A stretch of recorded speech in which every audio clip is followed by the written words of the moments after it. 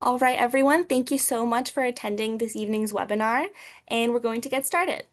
My name is Dorina. I use she, her pronouns, and I'm the Transition and Engagement Student Lead at the Student Experience Office this year at Queen's. And I'm going into my fifth year of concurrent education, and I'll be your host for the beginning of this webinar. Please note that this webinar, the Queen's Student Accessibility Services webinar, is being recorded and it will be available for viewing on the Student Experience Office YouTube channel within a few business days. Next slide, please. So before we get started with the webinar, I'd just like to take a moment to acknowledge the history of the land on which Queen's University is located.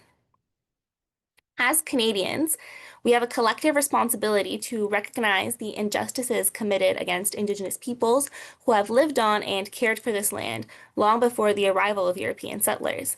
Queen's Campus, which is where I am joining you from today, and which you can see in the picture on the slide there, is situated on the traditional territory of the Anishinaabe and Haudenosaunee peoples. Additionally, the Kingston area, which is originally known as Cataraqui, has been home to Indigenous communities for thousands of years, and it remains a place of significance and ongoing relationship for many Indigenous peoples today. As a student, I personally am very grateful for the opportunity to live, work, and study as an uninvited guest on this territory. It's very important to understand that Queen's, like many other institutions in Canada, was established through colonial systems which displaced Indigenous communities. As a settler and as a guest, I carry a responsibility to reflect on that history and to contribute to a more just, inclusive, and respectful future. If this information is new to you or if you'd like to learn more, I encourage you to explore the resources offered by the Office of Indigenous Initiatives and the Four Directions Indigenous Student Center at Queen's, both online and on campus. Thank you so much for taking this moment to reflect with me. And now I'm going to pass it on to our main speaker for today, Christina, who is an accessibility advisor with QSAS. Welcome, Christina. Hi, welcome. Thanks so much for that intro, Dorina. I am so excited that you're all here today. I'm Christina. I'm an accessibility advisor at QSAS, as Dorina said. I use she, her pronouns, and yeah, I'm excited to explain a little bit about QSAS today. Next slide, please. So I'll be talking about three main things. First is an introduction to QSAS. So I'll talk about who we are and what we do. I'll explain the registration process, our documentation requirements, when to register, how to register. I'll go over that whole process. And then lastly, I will explain how we set up accommodations and what to expect, especially with that first meeting with your accessibility advisor. Next slide, please. So with that, in terms of who we are and what we do, QSAS, or Queen's Student Accessibility Services, we support and empower students who are experiencing disability-related barriers.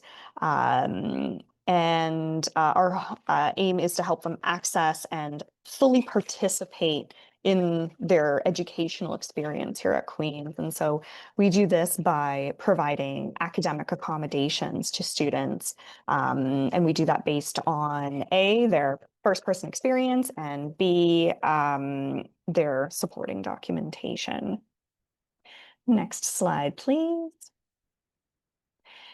QSAS is located in Mitchell Hall, which, if you haven't been on campus or you're not familiar, it's pretty centrally located. It's a beautiful new building, and our offices are on the first floor. Pictured to the right, you can see the entrance to the Clinic of Student Wellness Services, and we're kind of across the hall from them. So feel free to pop by. Next slide, please. And so I'll talk a little bit about our team. First, let's chat about our two lovely intake coordinators. Pictured here, there's Hillary. Not pictured here is Hannah. But yeah, once you are in touch with us, probably the first people you're going to chat with or interact with will be the intake coordinators because they're the folks who review your disability documentation. They help answer general questions about registration and accommodations, and they really are your guide throughout the registration process. So maybe some of you have already been in touch with some of our intake coordinators. But yeah, once you are registered, you will then be assigned to an accessibility advisor. Next slide, please. And so our accessibility advisors, we are all assigned to specific faculties. So for example, I am assigned to the Faculty of Law. So we're going to get you set up with an advisor who is obviously assigned to your faculty and therefore a little bit more knowledgeable about what your program requirements are, or having a good idea of what the courses you're in are going to be like, so that we can then know what sort of barriers you may face in those areas. And so accessibility advisors, we also review medical documentation that you submit to us. And we will meet with you to understand your lived experience of your disability. And so with all of that, from chatting with you, from looking at the documentation, we will co-create an accessibility or accommodation plan rather with you. And then after we create the plan, we're available for any ongoing support that you might need. So yeah, pictured here, you can see some of our lovely advisors, including Tony here, who's kind of all the way to the right and the bottom, and Tony's joined us here today. Next slide, please. And yes, another person that might be your very first point of contact when reaching out to QSAS is our Office Operations Administrator, Neha, who is also here in the webinar today. And so she is the one responding to email inquiries, phone calls, assisting if you were to, walk into our space as well.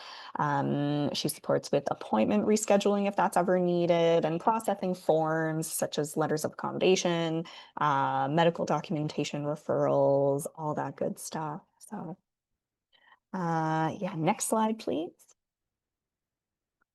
And last but not least is our lovely management team. So they manage and support staff to ensure that students with disabilities get the accommodations they need. And so we've got 2 assistant managers and 1 manager who all work together to ensure that we are following both legal and university policies and procedures. They use feedback, all feedback, students, staff, faculty, to help improve our services. And they can help instructors understand and apply accommodations. And so, yeah, that's pretty much our team. Next slide, please. And so all of us, this big team, we're all here to support your academic accessibility needs. And so just to recap, we will review your disability documentation. We'll also review the information you provide us in the intake form, which I'll talk about in just a moment. We will meet with you to better understand the functional impacts of your disability or disabilities and develop an academic accommodation plan. We will support you in the implementation of your accommodation plan, given the academic requirements of your program. And we can meet again at any time and adjust your accommodation plan as needed. Next slide, please. However, there are a lot of amazing things that we don't do. So we're also really happy to help get you connected with other services and resources that could be helpful to you. whether it's related to your disability or not. So a big one is academic advising. I'll be very honest and admit that I don't know anything about course selection or, which courses you might need to graduate. So I'm definitely going to refer you to an academic advisor if you have any questions like that.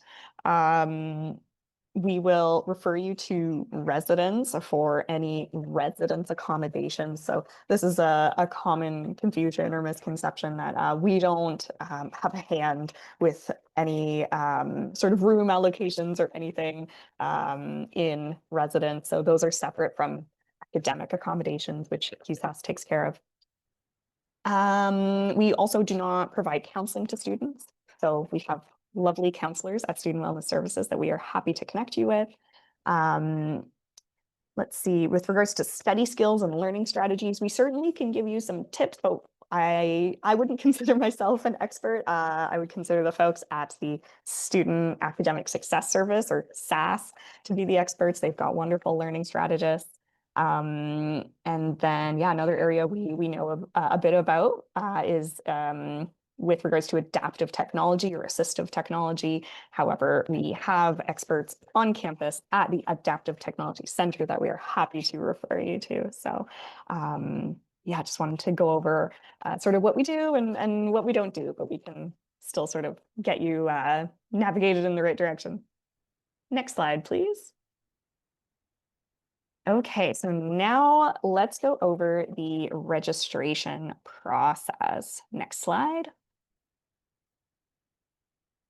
Okay, the first thing I'll say, and I might say it again a few more times, is register as soon as possible. Registering early means being able to start the term with your accommodations already in place. You don't have to worry about it. Because to be frank, the process may take several weeks. So we definitely recommend starting early, and that way you can begin the term with your accommodation plan in place. Um, and September is a really busy month at the university in general, but with QSAS as well. And so waiting to get your accommodations in place until September may delay things for a few weeks. And so we don't want you to be in that position. So we recommend as soon as possible. Next slide, please. Okay, now let's dive into the steps to registering. There are 5 steps. So I'll just read over them quickly. Number 1, log into Ventus. Number 2, complete the QSAS intake form. Number 3, submit medical documentation. 3.5 is to wait. Step 4 is self-book your intake appointment. And step 5 is meet with your advisor. So let's dive into each of these in a little bit more depth. Next slide, please. Okay. First step is to log into Ventus. But what is Ventus? Next slide, please. Ventus is Queen's University's accommodation management system, or you might hear it called our accommodation portal. And this system allows you to, first of all, register with QSAS. This is how you begin the registration process, is you log into Ventus. And then once you are already set up with accommodations, this is the place you'll go to manage your accommodations in terms of looking up where you'll be writing upcoming tests, quizzes, and exams, things like that. Next slide, please. Step 2 is to complete the QSAS intake form. Next slide. And so this form will ask some general questions about, for example, what accommodations have you had in the past, if any? And what are your functional limitations? as in the barriers that you experience when taking notes or writing exams. And so this information really helps your accessibility advisor get to know you and determine which accommodations might serve you best. So I definitely recommend if you're able to put a lot of detail into the intake forms, that is super helpful for us to be able to see that information in advance. And then it makes our conversation a lot more smooth. So we're not asking you 1,000 questions in our meeting. Although that's okay too. Um, and so you'll be automatically prompted to complete the intake form when you're logging on and registering via the Ventus portal. Next slide, please. Okay, so the next step is to submit your medical documentation. Next slide, please. And so after completing the intake form, you're going to automatically be prompted to upload documentation. And we really recommend that you submit documentation that meets our QSAS documentation criteria, which let's talk about what that means. Next slide, please. Okay, so to receive accommodations, you must submit documentation that, first of all, confirms that you have a diagnosed disability or disabilities. It must contain information about your functional limitations within the academic environment. So as I sort of briefly mentioned earlier, the listing the barriers that you experience or the challenges or the symptoms that are impacting your day-to-day life and academics, such as exams, taking notes, doing assignments, that sort of thing. And lastly, the documentation must indicate the duration and severity of your disability or impairments. And in terms of what that means, duration is, okay, is this temporary? Is this something that will go away in a year? Is this something that will impact you, forever in the next 5 years? So we'll need to know some information about that. And severity, yeah. So like, are these particular symptoms mild, moderate, severe? Okay, next slide, please. And so this is also all on our website, but here's some examples of what kind of documentation we accept or what we're looking for. So if it's applicable to you, a psychoeducational assessment is something that gives us a lot of information and what we need. And we would need a psychoeducational assessment completed within the last 5 years or after you turned 18. So we will accept that. If you have anything older, definitely contact us and we can guide you from there. But yeah, that's one accepted piece of documentation. Another is the OSAP disability verification form. So this might be a form that maybe you were going to fill out anyway with OSAP. You're already registered and you're seeking that additional funding for your disability. Here's a QR code to the form, and the form gives us some really good information about the type of disability and symptoms, functional impacts, that sort of thing. Similarly, we have our own QSAS verification form.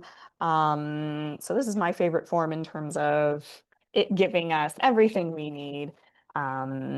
There's similar to the OSAP disability verification form. There's a bunch of check boxes that your, doctor, nurse practitioner, psychologist, whoever, just check, check, check, check, check. In terms of confirming, this student is struggling in this area, but not that area. And, this is mild, this is moderate, that sort of thing. So once again, there's the QR code on the screen if you would like to take a look. And there are several different types of QSAS verification forms that you'll see on our website. So one is surrounding any sort of attention or neurodiversity. There's another form for mental health, another form for physical conditions. And so just click on whichever one applies most to your situation.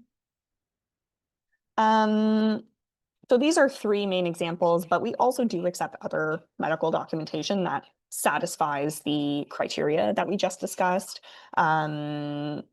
So yeah, sometimes I'll discourage a doctor's note because sometimes, say, a doctor writing a note might not give us all the information we need, and it's like, oh no, you just paid for this note and it doesn't even give us the right info. So that's usually why we will send students or guide students more towards either the OSAP disability verification form or QSAS verification form, or of course, if you have had a psychoeducational assessment completed, yeah, it's usually best.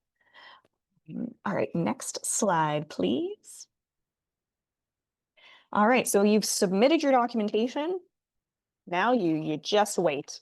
So we'll take about 4 to 5 business days to hear back from us, in which you'll get an email directing you to book an appointment with your advisor and giving you your advisor's name and things like that. So next slide. So then with that information, the next thing you'll do is actually book your intake appointment. So I'll show you how to do that. Next slide, please. Okay, so when you click on the link or follow the steps in that email saying, hey, you're good to go to book with your advisor, the first part that you'll see in our self-booking form is your choice to pick either an in-person meeting, so you would come to our office and meet us there, or a remote meeting. And within the remote meeting option, you can choose either a Microsoft Teams call, so a virtual call, or you can choose just a regular phone call, and we'll call you at your cell phone if you prefer. Next slide, please. The next thing you'll do is choose your appointment time and date. So you'll be able to see your advisor's availability for the next 60 days. And we encourage you to choose the soonest available appointment that works for you. So this is another time where I'll say, register as soon as possible. And part of doing that and getting your accommodations in place in time is to meet with us as soon as possible. So don't, let's just say you see an appointment slot that's like 3 weeks away and you could have chosen sooner. Please choose the sooner time slot if you are able to. Next slide, please. All right, and then with that, once you have that book, you just wait for your appointment date and you meet with your advisor. Next slide. Okay, so now I'm going to go over a bit of what to expect in that appointment with your advisor when you're getting your accommodations set up. Next slide, please. So a quick word about confidentiality. I'll let you know that QSAS maintains strict confidentiality standards to safeguard students' personal and academic information in accordance with university policies and privacy legislation. So information about your diagnosis and disability, sensitive disability information, we're keeping that within QSAS. We're not sharing that out with anyone else. Next slide, please. Okay, now here's what to expect in that meeting with your advisor. So first of all, we book them for 1 hour. It usually takes about 30 to 45 minutes, but we do just book that full hour just in case, you have a lot of questions, or maybe there's something else you wanted to discuss, like, oh, can I get connected with this other service? So it just leaves a little wiggle room. But yeah, it might not take that full hour. A heads up, no preparation needed. You don't have to do anything to get ready for this meeting or bring to the meeting. Your accessibility advisor will guide the conversation, ask you questions, and let you know, okay, this is what we'll be discussing today. So no worries about that. Um, You'll discuss how your disability impacts your academics. So we'll ask you plenty of questions about that, of how you've been impacted in the past, or how you might expect to be impacted in future academic situations. Um, Oh, a quick note, we'll also be taking notes as you speak. So apologies if maybe, we're not making like eye contact all the time. But don't worry, once again, with confidentiality, everything you discuss in the meeting will be confidential. It's just so that we remember what was discussed. So anyway, just wanted to make a quick note about that. Let's see. Oh yes, we will recommend which accommodations we think might work best for you based on the documentation that you've given us, and the intake form and what we're discussing in the meeting. And so we'll sort of co-create that plan and make recommendations, but then also get your thoughts and feedback. Yeah, I think this would work for me, or I don't know, I'm not sure if that option meets my needs. So we'll have that discussion, and then we'll explain how your accommodations work in that meeting as well. Let's see. You may also be referred to other helpful campus resources. So wherever I can squeeze in talking about a resource that I think you'll appreciate, I will.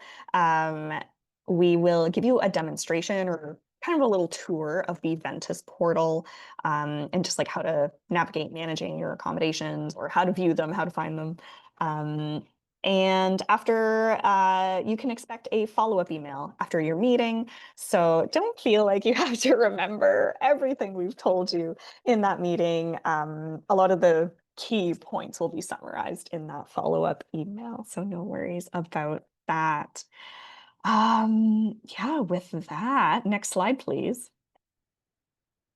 Yeah, that's all the information that I had to share. I know it was a lot of information, so thank you so much for sitting through that. And yeah, I guess we'll get into our Q&A session.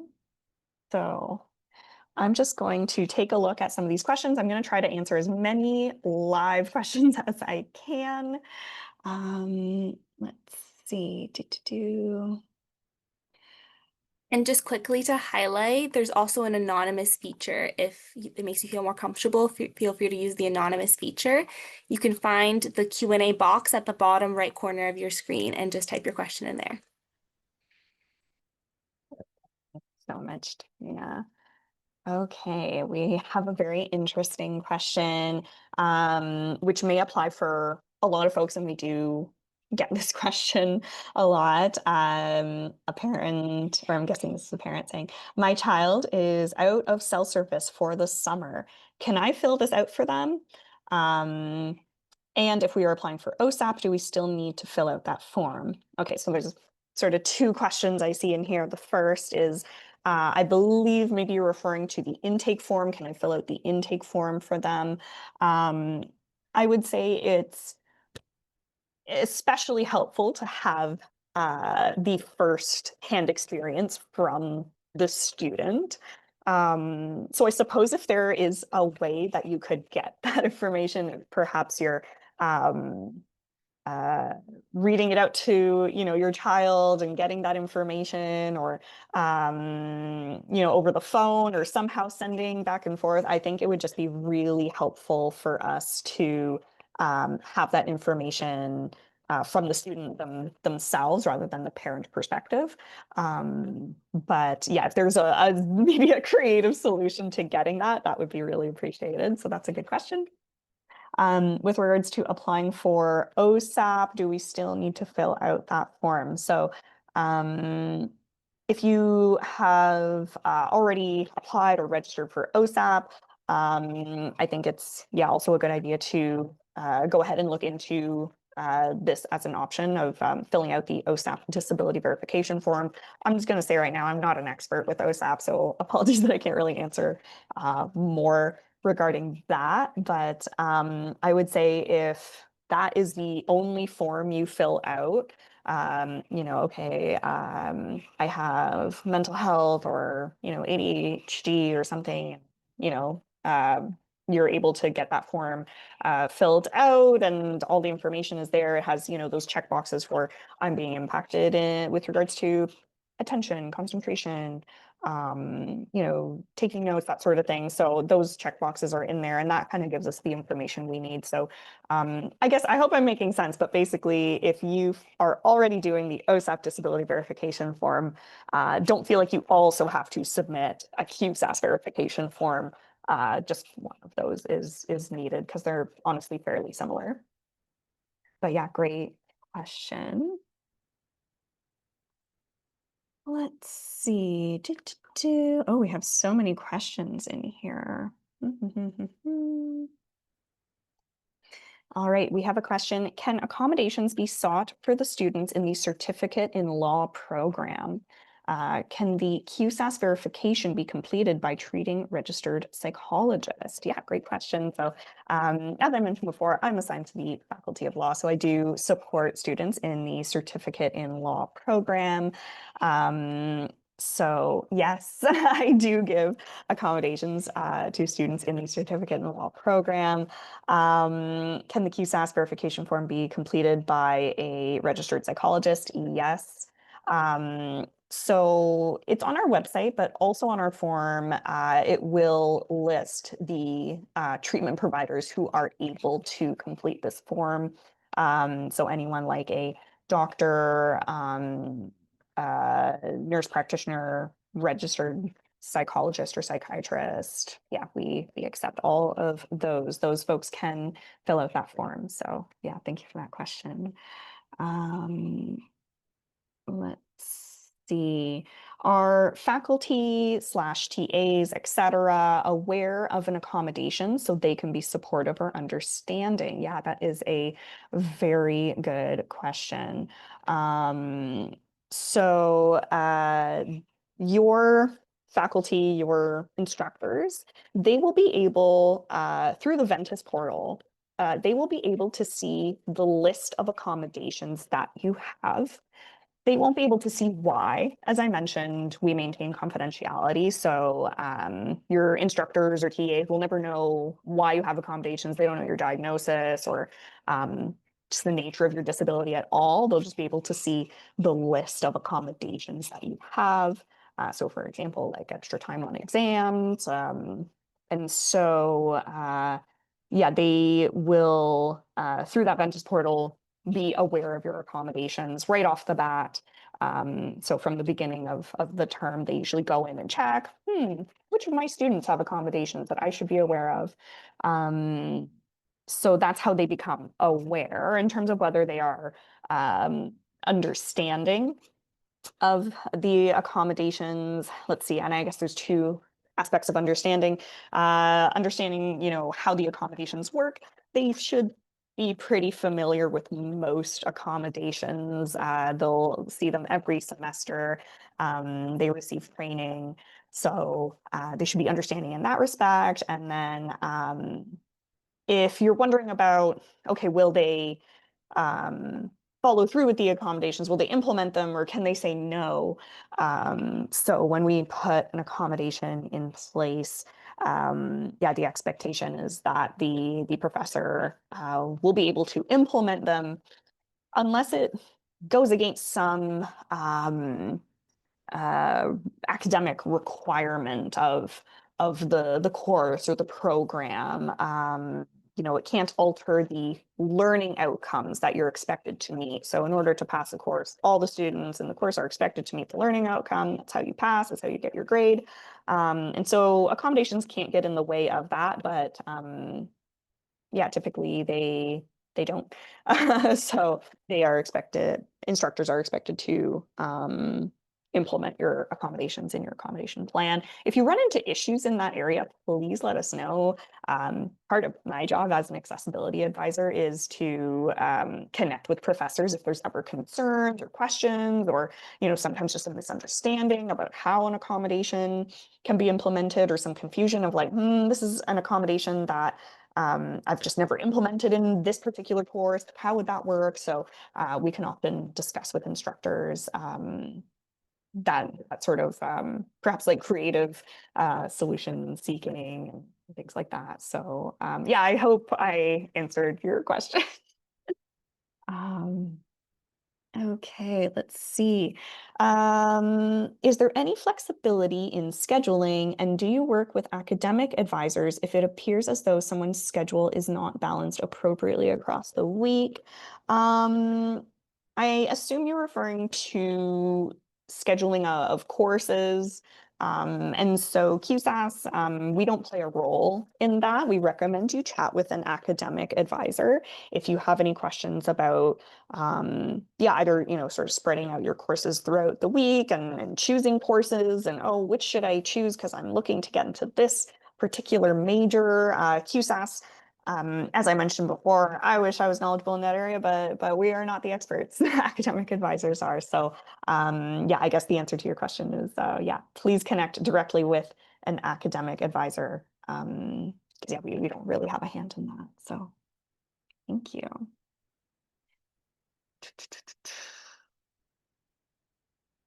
Alrighty, another question. Do you have to fill it out all at once, or can you start the process and then go back in? I assume you're talking about the intake form. Oh, and how much time should I plan to spend on this? So I'll assume that you're talking about our intake form in terms of filling it out. Um, yeah, I don't believe it saves halfway through. Um, so if you were to leave and then come back, I don't believe it saves. I could be wrong about that. Yeah, I don't know if Tony or Neha you would know, but I'm pretty sure it doesn't save. Um, the intake form is honestly not that long. So I don't think it should take you more than 10 minutes. So I recommend that you just get it done in one go, and then that way it's not something you have to like think about. And we really don't expect, at least for me, I don't expect you to be super eloquent, and well written, in your responses. I'm more so looking for information, like, okay, what accommodations did you have in the past? What do you struggle with? Even if it's kind of like point form, as long as you get the message across, that to me is a-okay with me.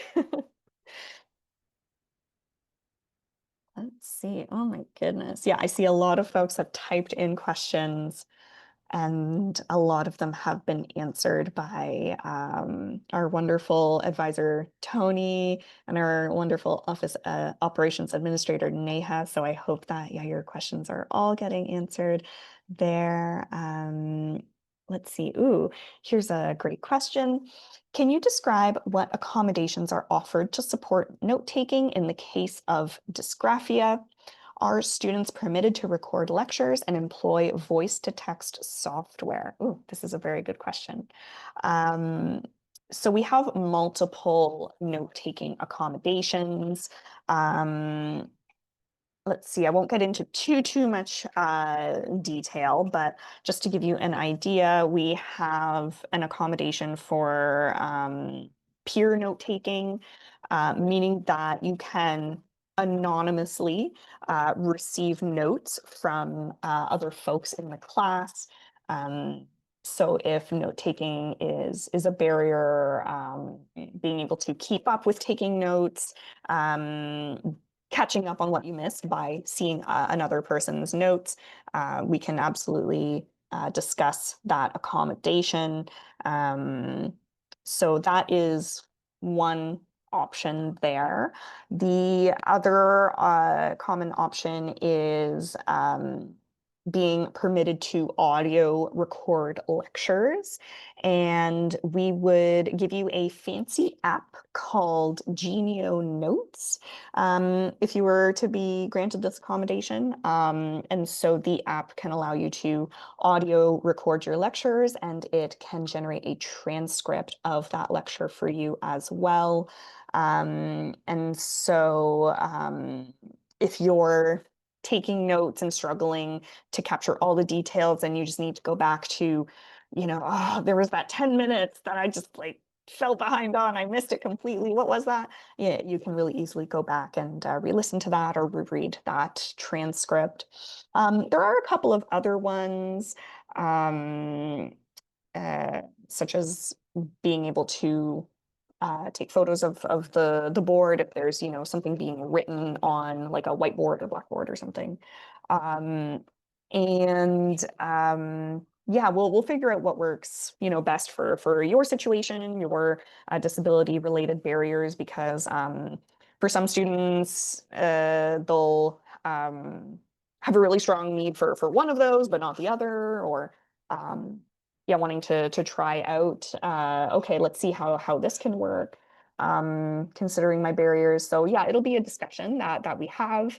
And yeah, I think that mostly cover. Oh, I'll also mention for folks who don't know, maybe you already know this, but a lot of professors oftentimes share their slides in advance of class via the OnQ or portal. So yeah, that might be something that perhaps you had as an accommodation in the past, like, oh, teacher, can I have the slides in advance? Because I feel like in high school that's maybe not as commonly done in that setting, but yeah, in the university setting, it's pretty common that you'll receive the slides in advance. So.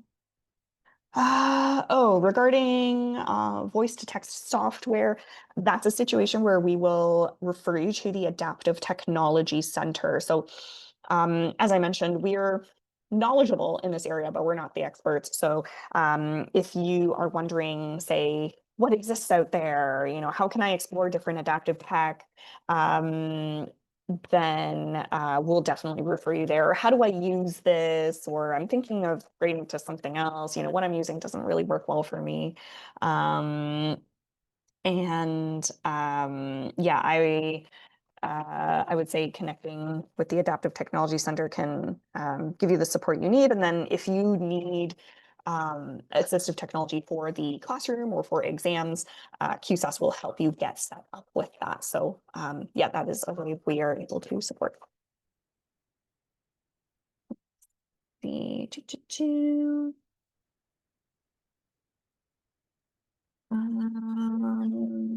yeah, no, I think, sorry, I'm just looking at a little note from my colleague here. Yeah, I think I did answer that question. Oh, another great question. Does QSAS only offer academic accommodations or do they offer out of class accommodations as well? We strictly do academic accommodations. Yeah, I guess I'd be curious if you had any examples of what kind of accommodations you might need outside the classroom. So one that I mentioned earlier was with regards to residence accommodations.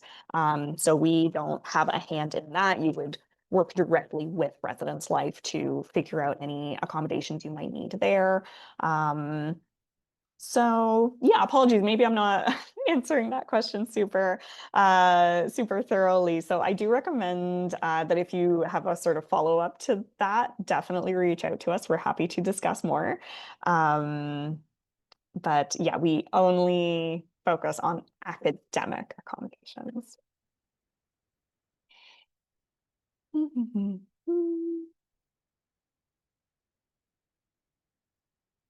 Let's see. There's a question. I've been trying to register for online and have no student ID. I've called admissions. Not sure if I'm doing things wrong. I'm a certificate of law student. Yeah, I recommend, let's see, if you don't have a student ID, yeah, you may need to get in touch with admissions or the registrar's office. So if you're struggling to get in touch with them, feel free to contact us. We can, maybe do a bit of a warm handoff, like, hi, admissions, this is the student.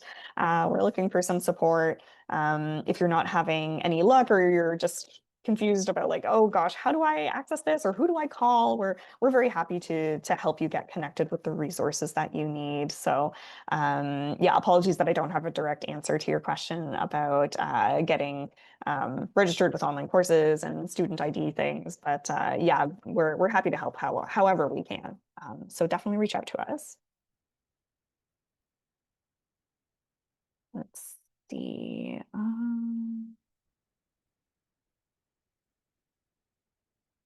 Oh my goodness. Yeah. So many questions, which, yeah, my colleague Tony and Neha, you're fast typers. Thanks so much. Yeah, I'm just going to look through some of these answered questions just to see if there's any one of these that perhaps might be good for everyone to hear the answer. Mhm. Christina, Yeah. I'm just thinking about some common questions that come up, and I wonder if you might speak to whether or not parents are allowed to be present in advising meetings and, what kind of consent would be required for that. Yeah, thank you so much, Tony. That is definitely a common question that we get. So I appreciate you bringing that up. With regards to parents, you are totally welcome in that initial intake meeting. Yeah, we don't need to know in advance or anything, but yeah, you're welcome to join in. We're assuming that, your child or your student has, given consent for you to be there, since you are there in the room with them. So, however, keep in mind that we will be directing all of our questions to the student. And so we really want to hear about their first person experience. And so what I find super helpful from parents is, say if I'm asking a question of the student, I want to hear from them first. Okay, yeah, what's that experience? Um, a lot of parents will sort of jump in and say, hey, you also forgot about the time that you struggled with this, and that, and you forgot about this accommodation. And so that's a moment for me where I'm like, amazing. I'm so glad you were here. So if you're a parent and you know that your child might struggle in that area and you're wanting to join the meeting, yeah, please feel free. Just know that yeah, we'll be directing those questions and mainly, discussing the accommodation plan with the student. But yeah, very happy to have you join. Okay. Oh, we have a couple more questions popping in. Yeah, there's a good question. For students eligible for extra time, would it be the same format as in high school where students would be allotted time and a half for examinations? Yeah, this is a great question. So for not for everyone, but I find a lot of times it's a little bit of a transition between high school and university with how your extra time gets implemented or how much extra time you may get. Um, and so just the academic environment, the context is a little bit different in university. So I will let you know, definitely expect some things to be a tad different. Um, with regards to, let's see, I'll mention separate space as well as related to that. So whenever we get you set up with extra time, we always put you in a separate space. I think some students in high school are used to getting their extra time, but you're still writing with everyone else. So that might be a bit of a change where we're having you sit in the one of the accommodated exams office spaces on campus. In terms of the amount of time. Yeah, I think in some high schools, there's maybe certain amounts of extra time that they'll just maybe give to everyone or most students get. So one might be time and a half. Some students, have gotten double time, but maybe they don't necessarily, need all that time, or maybe they actually need a bit more, so we really try to tailor your accommodations, including extra time on exams, to you, to your needs and what you struggle with. And so you'll find that we're going to have like a discussion in our intake appointment with you about what amount of time that we think would be most appropriate. Because in terms of our job, or my job as an accessibility advisor, my aim is to give you what you need to overcome the barriers that you're experiencing. No more, no less. That perfect amount of time, so that yeah, we balance your needs with also, meeting um, expectations for like academic integrity and things like that. So, hmm. Let's see. I hope that I answered that well. Let's see. Yeah, Dorina, I think we're nearing the end of our time. So, folks, if you have any final questions, I recommend you quickly type them in now. I want to thank everyone for submitting really, really good questions. I've also sort of scrolled through the ones that got a response, in writing. And yeah, there's really, really great questions here.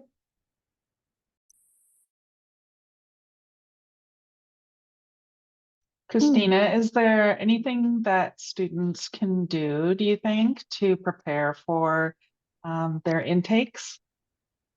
Ooh, yeah, that's a very good question. Thank you, Tony. Um, I would say just reflecting, I suppose, on your um, academic experiences, on how you've been impacted by your disability. So, like I said, there's not really a lot of preparation needed. You don't need to, come to our intake meeting, I don't know, with some kind of like document or something written out or anything like that. But I would just say mentally going over, what worked really well in high school for you, and what are your strengths? Like, how have you overcome some of the barriers? Um, I would love if you reflected on um, what kind of supports have helped you in the past, because it might not exactly exist in the same way at university, but we can direct you to different services based on that. If you had, a particular, I don't know, um, uh, guidance counselor or teacher that would check in with you and do this and help you with, whatever strategies. Um, yeah, it might not be sort of that like one-stop shop anymore where it's, like a guidance counselor or teacher, but we can certainly get you connected to, our learning strategists at SAS, or counseling and wellness. And yeah, I hope that sort of answers the question. Tony, is there anything you want to add to that at all? I don't know if you had something in mind. No, I think that's perfect. In the absence of other questions, I might add a couple more that I think we often get. One of them being, do I need to do this intake every year? And also, do I need to tell my professors, like all the time, what my accommodations are? How does that all work?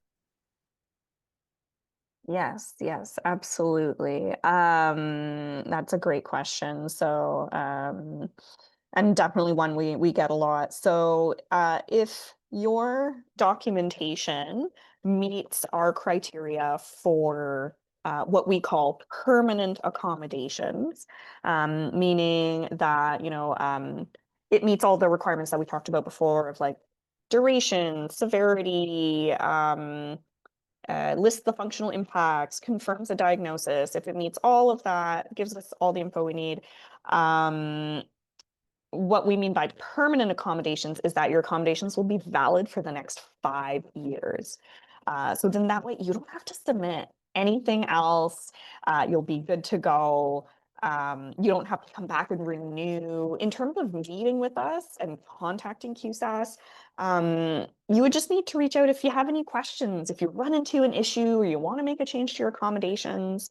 Um, but I'll say, yeah, we're kind of assuming that no news is good news. So, yeah, to say we're not gonna check in on you. So please, if there's anything we can do, don't hesitate to contact us. But yeah, I hope that helps. Um, Alternatively, so I mentioned the permanent accommodations. There's also interim accommodations. So a lot of folks ask, what if I have documentation and I'm in the process of getting what you need, but I just don't have it right now? We can certainly get you set up with what we call interim accommodations. So just giving you accommodations for a shorter period of time that will allow you to enough time to get us the documentation that we need, if that makes sense. So, um, yeah, let's see. I'll just answer one last one that I see. Um, and then I'll pass it back to Dorina. Sorry, I know I'm going a little long, Dorina, but the question is, do you offer peer support in some way, but maybe putting students together that have the same disability and the same classes, trying to type fast? Thanks so much for doing your best to type fast. And so there's definitely a lot of really great peer support. So to answer your question super quickly, sorry, we could go into more detail when you connect with us, but the one that comes to mind is Student Wellness Services. They run a lot of great peer support groups. So for folks struggling with like anxiety or folks struggling with adapting, transitioning into university. There's a support group for folks with autism. So there's lots of really great peer support groups that we're happy to share about. So I don't think a schedule has been released yet for those or what's available for this coming fall, but I'm sure that'll be released soon. And then we're, yeah, happy to send you that information. Yeah, I do see one more question about which once again will be super quick. If the intake doesn't go as planned or you don't get what you anticipated, can you reschedule the intake? So as I mentioned, we're available to you after that intake appointment. We can meet as many times as we need to discuss your accommodations. So yeah, we're always happy for further discussions. So don't feel like the intake appointment is the one and done. You'll never have access to us again. No, we can always revisit things. And we are happy to revisit things as you go move through your academic journey and things like that. Things are always different between, first year, second year, third year, or maybe it's an academic change, maybe it's, a change with your condition, your disability is, evolving in different ways, or you found different treatment. So anyway, sorry, I'm talking so much. I'm going to pass it to Dorina, but thank you so much, everyone. Thank you so much, Christina, for those lovely answers to so many questions. We really hope that you got the information you needed. And if not, on that slide that's on the screen right now, you can use the QR codes under the QSAS section to reach out for further support. And next slide, please. So just before we go, I wanted to highlight a few upcoming events that we've got going on. Right now, we're in the midst of summer virtual orientation. It's called SOAR, and this webinar is actually part of SOAR. So tomorrow we're going to be having a session with the off-campus living advisor all about your rights and responsibilities as a tenant in Kingston. If you're living off campus, this might be super useful for you to attend. On July 23rd, we're going to be having a session for supporters and parents of first-generation students. If your student is the first in your family to go to post-secondary, I highly recommend attending this session. Lots of useful information in there. And on July 24th, that's this Thursday, we're having a webinar with Student Wellness Services and Student Academic Success Services about different support systems available to you to thrive both academically and personally at Queen's. Another super useful session. And next slide, please. This is looking ahead to Saturday. We have a virtual social going on if you'd like to meet incoming students. These socials are open to all incoming first year students, and it's a great chance to make some connections before you even get to campus. Would highly recommend doing those. I've heard that they've been going super splendidly, and we've got some upper year peer ambassadors in those socials as well to help you get acquainted with campus. And on July 29th, we're going to be having a session called Living in Residence. It's about what living in residence will be like. So if you're someone that's going to be living in the dorms this semester when you come in September and you kind of want to see what it's like, I highly recommend joining that session. Lastly, on July 30th, we have a session uh, for the students. So if you are a first generation student and you want to learn more about what university might be like for you, as well as different avenues of support we have available, I highly recommend attending that session. So for your parents, it's the one this week. For you, if you're the first generation student, it's the one next week. And we also have even more upcoming webinars after these. These are just the next 6 events that we have. If you'd like to see a list of them, you can visit the Student Experience Office website, and there's a full list of all the webinars where you can go in and register ahead for them. Another thing that I'd like to quickly mention is Viva Engage. Right now, as part of our summer orientation, we have a first year virtual community platform that allows you to meet other incoming first year students as well as ask questions. There's upper year peer ambassadors on there that can answer those questions for you. And that space also houses a lot of important information such as webinars, socials, and sessions. Would highly recommend opening your Queen's email and searching for that invitation to join if you haven't already. And yeah, I think that's all. Thank you so much for joining today. And I hope to see you on Viva Engage and at all our upcoming webinars. Thank you so much. Hi, everyone.